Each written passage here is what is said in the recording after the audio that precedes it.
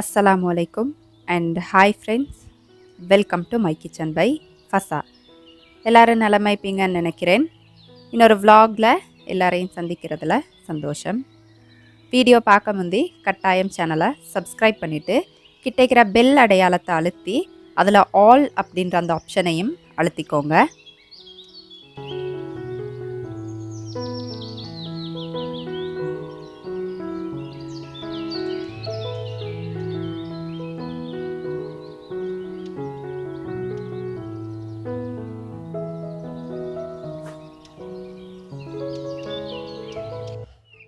இந்த வீடியோ நான் போன முறை அப்லோட் பண்ணி இந்த வீடியோட தொடர்ச்சி அப்படின்னு கூட சொல்லலாம். கொடிக்கிழங்கு வச்சு ஒரு ஈவினிங் ஸ்நாக் புள்ளைகளுக்கு செஞ்சு கொடுக்க போகிறேன். அந்த ரெசிப்பியை அடுத்த வீடியோவில் ஷேர் பண்ணுறேன் அப்படின்னு சொல்லியிருந்தேன். அப்போ இன்ஷால்லா இன்றைக்கு அந்த ரெசிப்பியை பார்ப்போம்.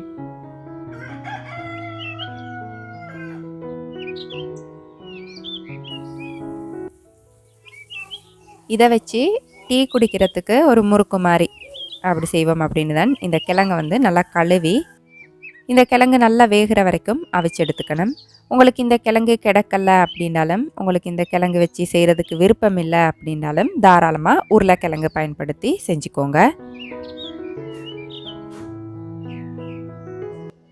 இது நல்லா அவிப்பட்டப்புறம் தோலெல்லாம் உரிச்சு எடுத்துக்கணும். இந்த கிழங்குட தோல் உரிக்கும் போது நாங்கள் வளமையாக உருளைக்கிழங்கு உரிக்கிற மாதிரி இல்லை, கொஞ்சம் வலுவழுப்பு தன்மையாக இருக்கும். உருளைக்கிழங்கு பாவிக்கிறத விட நிறைய ஆரோக்கியம் நிறைஞ்ச இந்த கிழங்கு உங்களுக்கு கிடச்சிச்சு அப்படின்னா கட்டாயம் ஒரு முறை முயற்சி செஞ்சு பாருங்கள். நான் இன்றைக்கி செய்கிற ரெசிபிஸ் அளவுகள் எல்லாத்தையும் டிஸ்கிரிப்ஷனில் தந்திப்பேன். டிஸ்கிரிப்ஷன் அப்படின்னா என் வீடியோவுக்கு கீழே குட்டியாக ஒரு அம்பு குறிக்கும், அதை அழுத்தி பார்த்தீங்க அப்படின்னா உள்ளுக்கு நான் எல்லாம் டைப் பண்ணி வச்சுப்பேன்.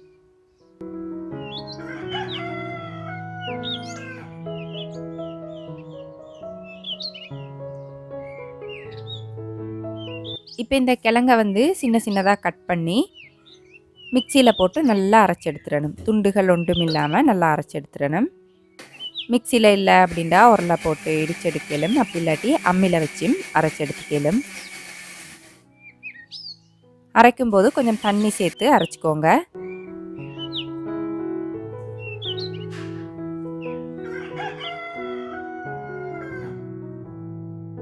அதோட கொஞ்சம் சோளமாக சேர்த்துக்கோங்க. அப்படியே நான் வீட்டில் செஞ்ச அரிசிமா கொஞ்சம் சேர்த்திக்கிறேன். என்னட்டு இன்றைக்கி சோப்பரிசி தான் இருந்துச்சு.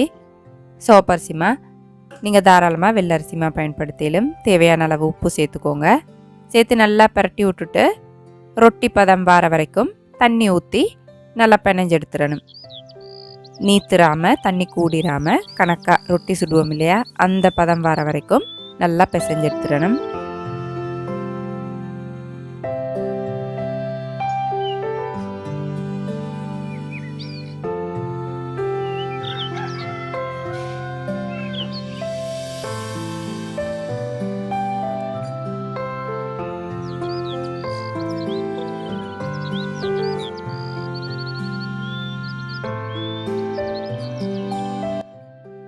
இப்போ இதை உங்களுக்கு லேசான முறையில் நல்லா மெல்லிசாக விரிச்சு எடுத்துடணும்.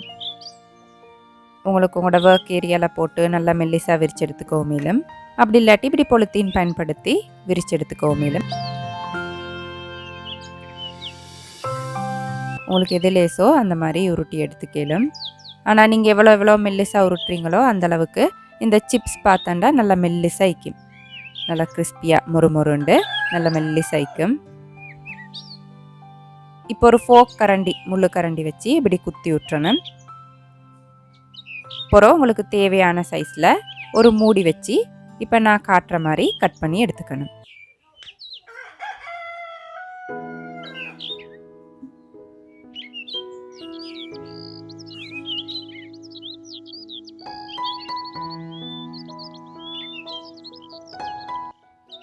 இந்த சிப்ஸ் நீங்கள் மெல்லிஸாக செய்யும்போது நல்லா மொறுமொருண்டு நல்லா டேஸ்ட் ஆகிக்கும். தடிப்பமாக செஞ்சுண்டா அந்த மொறுமொறுப்பு தன்மை வராது. அப்போ இயன்ற வரைக்கும் நல்லா மெல்லிஸாக உருட்டிக்கோங்க.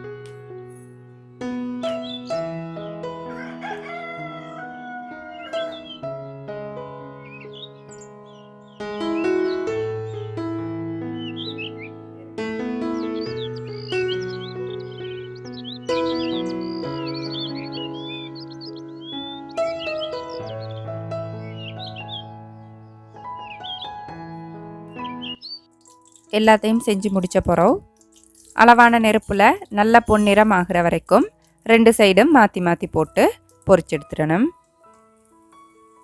நெருப்பை நிறைய வச்சு பொரிச்சேண்டா, கூடுதலாக வச்சு பொரிச்சேண்டா அவசரமாக கலர் வரும், ஆனால் நல்லா முருகிக்காது. சுட்டி இயன்ற வரைக்கும் நெருப்பை வந்து கொஞ்சம் குறைவாக வச்சுட்டு நல்லா மொறுண்டு வார வரைக்கும் பொரிச்சு எடுத்துக்கணும்.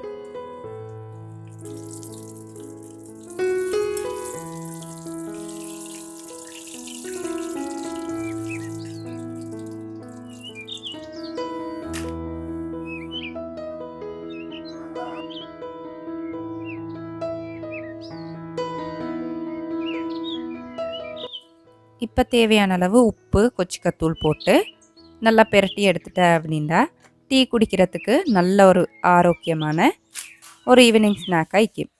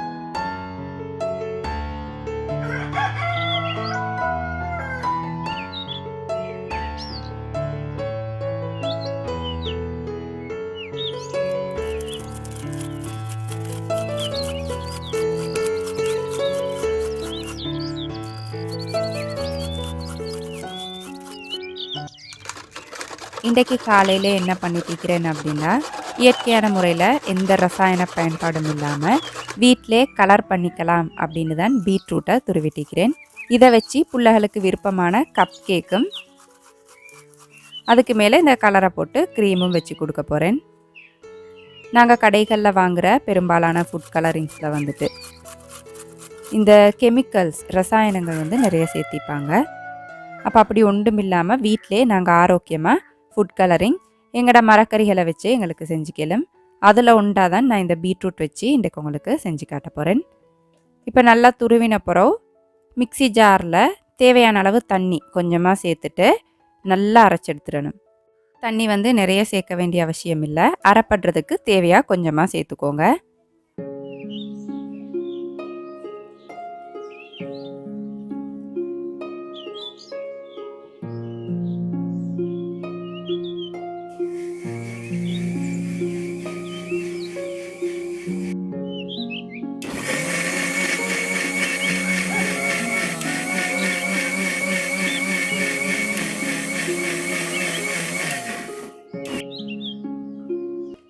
அரைச்ச பிறகு இதை வந்து நீங்கள் சின்ன கண்ணுள்ள வடி வச்சு நல்லா வடிச்சு எடுத்துடணும். அப்படி இல்லாட்டி நைலோன் புடவை மாதிரி என்னவாவது ஒன்று வச்சியும் உங்களுக்கு வடிச்சு கேளும். நிச்சயமாக இதுலுக்கு அந்த துண்டுகள் வந்து பைத்திக்கவே படாது.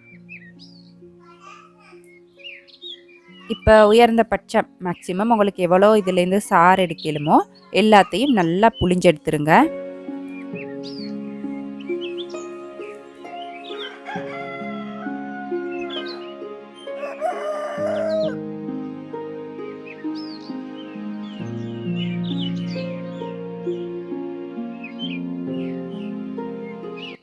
பிறகு நாங்கள் இதை நல்லா வேக வைக்கணும். அதுக்காக வேண்டி நாங்கள் இப்போ எடுத்த அந்த பீட்ரூட் சாரோட தேவையான அளவு சீனி சேர்த்திக்கிறேன். இதை வந்து அளவான நெருப்பில்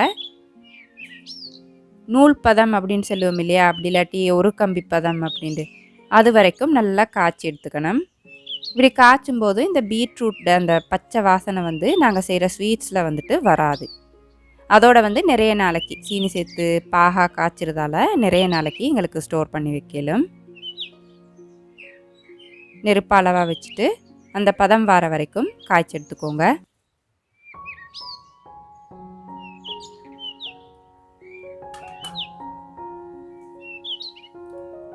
இந்த பீட்ரூட் கொதிக்க வார அந்த நுரையை வந்து இயன்ற வரைக்கும் எடுத்துருங்க.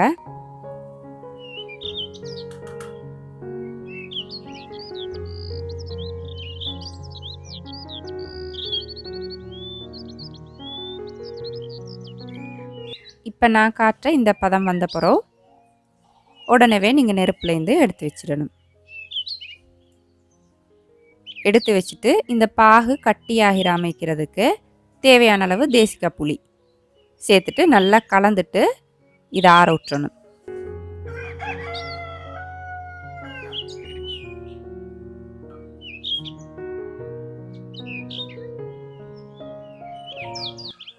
இது நல்லா ஆறின பிறகு சுத்தமான ஈரமே இல்லாத கண்ணாடி போத்தலில் போட்டு உங்களுக்கு ஸ்டோர் பண்ணி வைக்கலும். வெளியில் வைக்கிறீங்க அப்படின்டா 2 மாதம் வரைக்கும், ஃப்ரிட்ஜில் வைக்கிறீங்கண்டா 1 வருடம் வரைக்கும் கூட உங்களுக்கு ஸ்டோர் பண்ணி வைக்கலும். நீங்கள் ஊற்றக்கலை கொஞ்சம் இறுகின மாதிரி இருந்துச்சுண்டா லேசாக சுடு தண்ணி சேர்த்து நல்லா கரைச்சி விட்டுட்டு உங்களுக்கு ஸ்டோர் பண்ணிடலும். நீங்கள் எடுக்கும்போது இது கொஞ்சம் இறுகி இருந்துச்சு அப்படின்றால் கூட உங்களுக்கு எடுத்து லேசாக சுடு தண்ணியில் கரைச்சிட்டு நீங்கள் பயன்படுத்துகிற ஸ்வீட்ஸுக்கு வந்துட்டு உங்களுக்கு கலர் சேர்க்கலும். இப்போ நான் இதுக்கு லேசான முறையில் ஒரு பட்டர் க்ரீம் செஞ்சு அதை வந்து கப் கேக்குக்கு உங்களுக்கு போட்டு காட்டுறேன். இப்போ நாங்கள் பண்ணின கலர் மாதிரியே இயற்கையாக எங்களுக்கு வீட்டில் கிடைக்கிற காய்கறிகளை வச்சுட்டு உங்களுக்கு தேவையான கலர்ஸ் வந்துட்டு எடுத்துக்கலும். உங்களுக்கு அந்த கலர்ஸும் எப்படி செய்கிற அப்படின்னு வேணுமுண்டா எனக்கு கமெண்ட் பண்ணுங்கள். இன்ஷா அல்லாஹ் இனி வரும் வீடியோக்களில் வந்து சேர்த்துக்கிறேன். அப்போ எங்களுக்கு தேவையான இந்த ஃபுட் கலரிங்ஸை நாங்கள் வெளியிலேருந்து ரசாயனங்களோட கலந்து வாங்காமல் வீட்டிலே இலகுவான முறையில் ஆரோக்கியமாக செஞ்சுக்கலும். இந்த மஃபின் ரெசிபி அதோட வீட்டிலே பண்ணுற இந்த டூட்டி ஃப்ரூட்டி ரெசிபி 2 லிங்கையும் நான் டிஸ்கிரிப்ஷனில் தாரேன், வேணும்ட்டா பார்த்துக்கோங்க. அப்போ நான் இன்றைக்கி ஆட்டா மாவால் செஞ்ச இந்த கப் கேக்கில் வீட்டிலே நல்ல ஆரோக்கியமான முறையில் செஞ்ச கலரிங் போட்டு ஒரு நல்ல கப் கேக்கை ஈவினிங் ஸ்நாக்காக பிள்ளைகளுக்கு கொடுக்க போகிறேன்.